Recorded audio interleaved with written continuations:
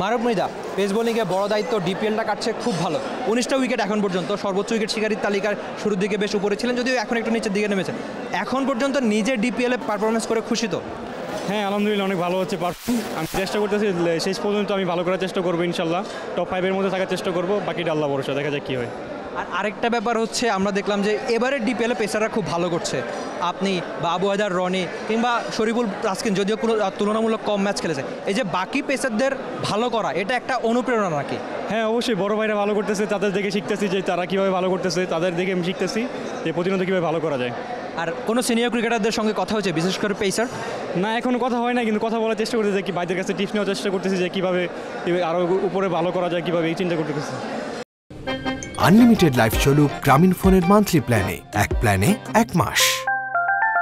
আপনার ক্যাপ্টেনের সঙ্গে আমার একটু আগে কথা হচ্ছিল, তো তিনি বলছিলেন যে মারুফ মৃধা খুব ভালো বল করছে এবারে ডিপিএলে, আপনাদের টিমমেটরাও আসলে সবাই সবার খেলাটা দেখছে, এটাও নিশ্চয়ই ভালো করার একটা প্রেরণা, কিংবা নিজের মধ্যে একটা মজা তো হয় নিজের বোলিংটা নিয়ে?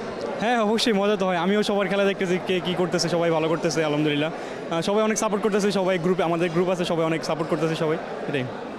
তো কে কী বললো? বর্ষণ, বিশেষ করে বর্ষণ আছে, ইমন আছে, তারপর ওয়াসি আছে, সবাই অনেক, মানে টিমমেট সবাই অনেক সাপোর্ট করতেছে। আমার 2 পেস বলার টিমমেট আছে, ওরা অনেক সাপোর্ট করতেছে যে কীভাবে কী করা যায়, আমরা সবাই প্ল্যানিং করতেছি যে কীভাবে ভালো করা যায়, ভালো করা যায় শেষ পর্যন্ত। তো আন্ডার-19 পরিচয়টা এখন যদিও অতীত, আপনারা এশিয়া কাপটা জিতলেন, বিশ্বকাপটাও ভালো করার খুব কথা ছিল, ভালো করলেনও, আদতে আমরা মানুষ আরও বেশি ভালো তো চাই, কিন্তু এখন আপনাদের চ্যালেঞ্জটা একটু ভিন্ন, তো এই সময়টাতে নিজেকে ফোকাস ধরে রাখার জন্য আসলে কী করা হচ্ছে মারুফের?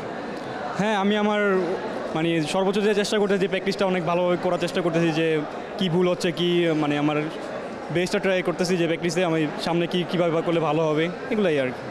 মারুফ, আপনার আসলে সামনে ডিপিএল যে কটা ম্যাচ খেলবেন, কিংবা সামনের আসলে কি টার্গেট সেট করেছেন?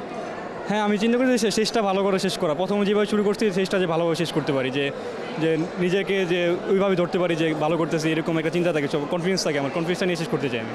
তার গাড়ি ছাড়ার তারা কিন্তু খুব বেশি সময় নেবে না, বেস্ট অফ লাক, আশা করি ডিপিএলের বাকি ম্যাচগুলো খুব বেশি ভালো করবেন।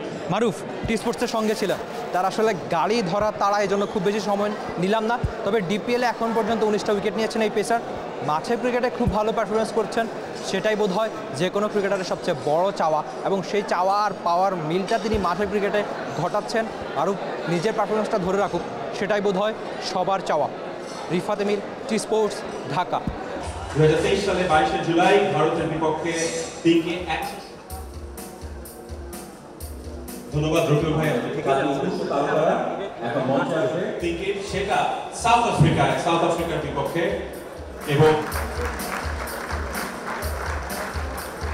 ধন্যবাদ টিপু ভাই আপনাকে। আলফাজ ভাই, আমি জানি আপনি খুব পছন্দ করেন হয়তো বেশি কথা বলতে, কিন্তু এটা আমার জানতেই হবে, 99 সালে খেলোয়াড় হিসেবে পুরস্কার পেয়েছিলেন, একদম যদি সত্যি করে বলেন যে কোন পুরস্কারটা বেশি স্যাটিসফাই? আসলে খেলোয়াড় থেকে কোচ, দুইটাই প্রফেশনই। For more updates, subscribe to our YouTube channel and click on the bell icon. Follow us on Facebook and Instagram. Download T-Sports app to enjoy exciting games and highlights. Visit tsports.com.